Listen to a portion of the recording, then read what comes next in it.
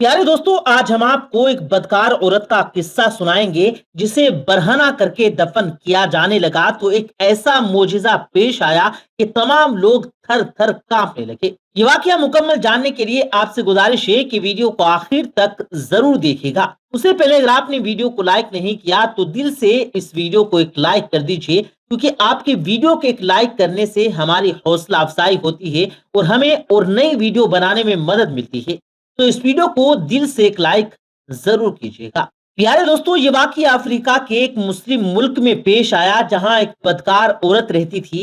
یہ عورت شہر کے تمام طاقتور لوگوں کے لیے اپنی خدمات سر انجام دے دی تھی، یعنی کہ بستر گرم کرنے کی بات ہو تو یہ عورت شہر کے رئیس زادوں کے گھروں میں پائی جاتی۔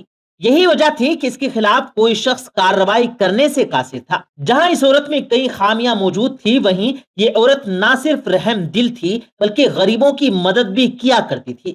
اس کے در پر جو بھی سوالی آتا یہ اسے کچھ نہ کچھ ضرور دیتی۔ ایک بار ایسا ہوا کہ ایک بزرگ نے اس بدکار عورت کے گھر پر دستک دی اور کھانے کا سوال کیا۔ بدکار عورت نے بزرگ کی آواز سنی تو انہیں اندر بلا کر مختلف قسم کے کھانے پیش کیے۔ یہ دیکھ کر بزرگ بھی حیران رہ گئے۔ انہوں نے بدکار عورت کو دیکھ کر کہا، اے عورت، تم کسی اچھے گھرانے کی معلوم ہوتی ہو؟ جس پر وہ عورت بولی، نہیں بابا جی، میں تو گناہوں کی ایک ایسی دلدل میں پھنس چکی ہوں جس سے چاہ کر بھی نکل نہیں سکتی۔ میں وہ بدبخت عورت ہوں جس کے جسم سے شہر بھر کے عمرا اور رئیس کھیلتے ہیں، اور یہی میری پہچان ہے کہ میں ایک جسم پروش عورت ہوں۔ دوستو، یہ سننا تھا کہ بزرگ بولے، بیٹا، میں نے تمہاری آنکھوں میں ندامت کے آنسو دیکھ لیے ہیں۔ میرا رب تمہیں ہدایت ضرور عطا کرے گا اور تمہیں آسان موت دے گا۔ بدکار عورت نے بزرگ کے منہ سے یہ سنا تو اس کا دل دہل گیا اور اس عورت پر خوف خدا طاری ہو گیا۔ اس کے دل کی دنیا ہی بدل کر رہ گئی اور قدرت نے اسے ہدایت بخش دی۔ اس بدکار عورت نے بزرگ سے وعدہ کیا کہ وہ اب مزید اس دلدل میں نہیں اترے گی اور جسم فروشی کے مکروہ دندے کو خیر آباد کہہ کر ایک نئی اور اچھی زندگی کی شروعات کرے گی، اور اس نئی زندگی میں وہ نیک کام کر کے اپنے گناہوں کی بخشش طلب کرے گی۔ اس کے بعد وہ بزرگ اس بدکار عورت کے گھر سے چلے گئے۔ شام ہوئی، رات ڈھلی تو وہ عورت کی عبادت میں مشغول ہو گئی۔ رات بھر وہ عورت رب کے حضور اپنے گناہوں کی معافی طلب کرتی رہی۔ جیسے جیسے وہ رب کے سامنے گڑ گڑاتی گئی، ویسے ویسے اس کے دل میں سکون بھرتا گیا۔ صبح صادق کے وقت وہ عورت پرسکون ہو گئی۔ اسے فیل ہوا کہ جیسے اس نے ساری دنیا فتح کر لی ہو۔ اس کے دل سے گناہوں کا بوجھ ہٹ چکا تھا۔ یہ اس بات کی نشانی تھی کہ رب تعالیٰ نے اس کی توبہ قبول کر لی ہے۔ اس عورت نے دل ہی دل میں سوچا کہ سورج نکلتے ہی وہ پورے شہر کو اکٹھا کر کے بتا دے گی کہ اس نے پرانے تمام گناہوں سے معافی مانگ لی ہے اور اب وہ باقی بچی زندگی رب کی عبادت میں گزارے گی۔ اسی لیے شہر کا ہر شخص جان لے کہ وہ بدکاری اور جسم فروشی کو ترک کر چکی ہے۔ پیارے دوستو، اس عورت کا عہد ایک طرف، لیکن قدرت کو کچھ اور ہی منظور تھا۔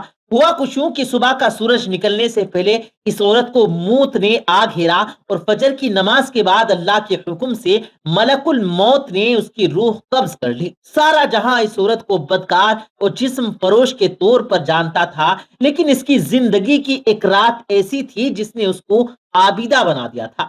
تاہم اس رات کے معاملات کوئی نہیں جانتا تھا۔ اب تو وہ خود بھی اس فانی دنیا سے جا چکی تھی اور نہ ہی اپنی ندامت کی گواہی دے سکی تھی۔ صبح ہوئی، سورج نکلا، ایک خبر جنگل کی آگ کی طرح پورے شہر میں پھیل گئی کہ فلاں بدکار عورت رات کو اس دنیا سے چل بسی۔ کوئی اس کے جنازے میں شریک ہونے کو تیار نہیں۔ لوگ طرح طرح کی باتیں بنا رہے تھے۔ کوئی اس کو کنجری کہہ کر پکار رہا تھا تو کوئی اسے زانیہ کہتا۔ تاہم چند لوگوں نے شریعت اسلامی کو مد نظر رکھتے ہوئے اس کے جنازے کی تیاریاں شروع کر دی۔ 3 عورتوں کو غسل کی ڈیوٹی سونپی گئی اور شہر بھر میں اعلان کروایا گیا۔ غسل کفن دینے والی عورتیں جب ڈیوٹی سر انجام دے چکی تو انہوں نے باقی لوگوں کو بتا دیا کہ پہلے یہ ایک بدکار عورت تھی، مگر اس کا کوئی عمل یقیناً رب کو پسند آ چکا ہے، جس کی وجہ سے اس کے جسم سے خوشبو نکل کر یہ پیغام دے رہی ہے کہ اس کی توبہ قبول کر لی گئی ہے۔ دوستو، کوئی بھی یہ بات ماننے کو تیار نہ تھا۔ وہ لوگ جنہوں نے اس عورت کو ہر نئے دن کے ساتھ الگ الگ لوگوں کے ساتھ دیکھا، وہ حیران تھے۔ ایک شخص نے یہ بات سن کر کہا کہ یہ عورت تو اتنی گنہگار ہے کہ اسے ننگی ہی دفن کر دیا جائے تاکہ اسے قبر کی سختیوں کا علم ہو۔ اور دنیا میں سر انجام دیے جانے والے گناہوں کی سزا اسے آخرت میں ملے۔ اور یہ بھی ممکن تھا کہ اس شخص کی تجویز پر عمل کیا جاتا، مگر اسی لمحے وہ بزرگ ظاہر ہوئے، جو وہ بزرگ اس عورت کے گھر گئے تھے۔ انہوں نے لوگوں کو سمجھا کہ آپ لوگ جو دیکھ رہے ہیں وہ سچ نہیں ہے۔ اگر انسان آخری لمحے میں بھی توبہ کر لے تو اس کی توبہ قبول کر لی جاتی ہے۔ اس عورت کے ساتھ بھی یہی ہوا۔ پھر بزرگ نے تمام قصہ سنایا۔ اسے سن کر جنازے میں تمام آئے لوگ یہ ماننے پر مجبور ہو گئے کہ یہ عورت بخش دی گئی ہے۔ سب لوگ اسے قدرت کا معجزہ قرار دے رہے تھے۔ یوں اس بدکار عورت کے جنازے میں پورا شہر شریک ہوا اور رب سے التجائیں کرنے لگا کہ اے مالک، جیسے تو نے اسے بخش دیا ویسے ہی ہمارے گناہوں پر بھی پردہ ڈال دے اور ہمیں بخش دے۔ سبحان اللہ۔ پیارے دوستو، بے شک زنا گناہ کبیرہ میں شمار ہوتا ہے، اس کا کرنے والا سزا کا حقدار ٹھہرایا جاتا ہے۔ اسلام میں زنا کو حرام قرار دیا گیا اور ایسے مرد اور ایسی عورتیں جو اس گھنونے عمل میں ملوث ہوں ان کے لیے مختلف سزائیں مقرر کی گئی ہیں۔ موجودہ زمانے میں اگر ہم اپنے سماج اور معاشرے کا جائزہ لیں تو ہمیں معلوم ہوگا کہ آج کے دور میں جہاں بے شمار برائیوں کا ارتکاب بالکل سرعام کیا جا رہا ہے، ان میں سب سے زیادہ ارتکاب زنا جیسے گناہ کبیرہ کا ہے۔ ہم اگر صرف مسلم سوسائٹی کی بات کریں تو یہاں بھی زنا کا تناسب خطرناک حد تک بڑا ہوا ہے۔ اللہ رب العزت قرآن مجید میں فرماتا ہے کہ خبردار، زنا کے قریب بھی نہ بھٹکنا، کیونکہ وہ بڑی بے حیائی ہے اور بہت ہی بری راہ ہے۔ اللہ تعالیٰ نے صرف زنا نہ کرنے کے لیے نہیں کہا، بلکہ زنا کے قریب بھی جانے سے منع کیا ہے اور خبردار کر دیا کہ وہ بہت بری راہ ہے۔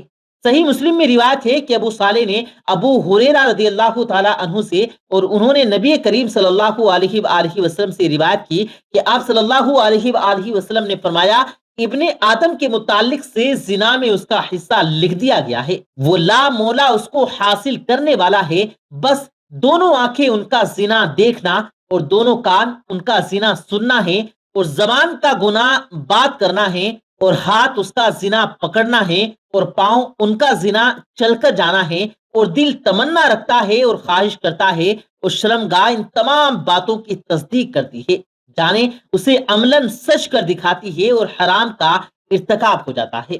پیارے دوستو، علماء کے مطابق اس حدیث میں زنا بالرضا کی اشارہ ہے۔ زنا بالرضا سے مراد ایک ایسا زنا جو غیر شادی شدہ مرد اور عورت اور شادی شدہ مرد عورت اپنی رضا مندی سے کرتے ہیں، جبکہ زنا بالجبر سے مراد وہ زنا ہے جو عورت یا مرد کے ساتھ زبردستی کیا جائے۔ اسلام میں زنا سے بچنے کے لیے ہدایت قرآن و حدیث سے کچھ یوں ہے کہ مسلمان مردوں سے کہو کہ اپنی نگاہیں نیچی رکھیں اور اپنی شرم گاہوں کی حفاظت کریں، یہی ان کی پاکیزگی ہے۔ اسی طرح ایک بار حضور اکرم صلی اللہ علیہ وآلہ وسلم سے اجنبی عورتوں پر نظر پڑ جانے کے بارے میں پوچھا گیا تو آپ صلی اللہ علیہ وسلم نے فرمایا، تم اپنی نظریں پھیر لو، بد نظری زنا کی پہلی سیڑھی ہے۔ ہر مرد اور عورت اللہ تعالیٰ کی اس ہدایت اور نبی پاک کی اس حدیث پر عمل کرے تو انشاءاللہ تعالیٰ گناہوں یعنی حرام کام کا ہونا ممکن نہیں رہے گا۔ دعا ہے کہ اللہ پاک ہم سب کو اس گناہ سے محفوظ رکھے۔ آمین ثم آمین۔